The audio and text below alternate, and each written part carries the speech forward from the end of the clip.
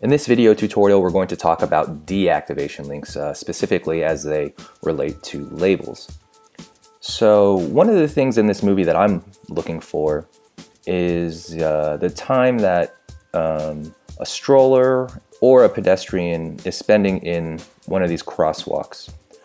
So let's take a look at this video, and I just want to point out the fact that, let me go to code mode, play the video, and lo and behold, this big truck gets stuck in traffic. Let it play here. Gets stuck in traffic right in front of one of the crosswalks, making it unobservable for me. So this might be a good thought process or situation to use a deactivation link, because the thought is that if there was a stroller or pedestrian in that far crosswalk, or even the near one that half of is getting blocked, I want to click this label and automatically turn off those code buttons that might be on.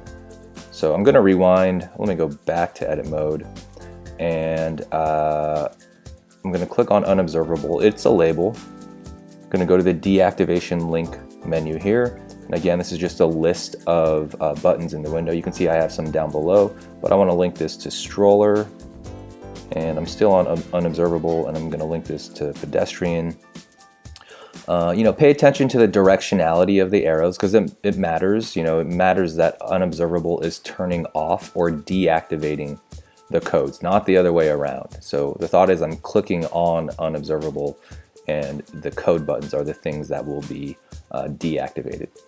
So let me go to code mode now. And actually, there is a pedestrian. It's hard for you to see, but probably. But I can notice that there's a pedestrian in the far crosswalk. So I'll mark in there. And now here comes the truck settling in, and I'm not really exactly sure when that pedestrian is going to exit. So as soon as I click unobservable here, it's just going to turn off pedestrian so that I'm not guessing or inferring as to when the pedestrian would exit. And now actually that that code or instance is going to get the label unobservable, so that later on I have an easy way to find pedestrian clips that may not be accurate, and I can go maybe do some further analysis or figure out how to account for that variability.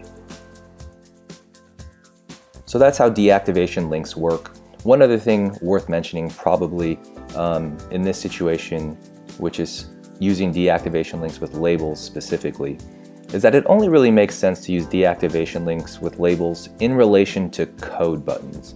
So for example, if I had another label and I went unobservable to deactivate button, a situation like this doesn't really do anything for me, because the whole point of deactivating is to deactivate a code or an instance. In other words, to mark out. Labels don't have those states of marking in or out. So if you're going to use deactivation links between labels, inevitably it should be in conjunction with a code button. Hope that makes sense. Thanks for watching.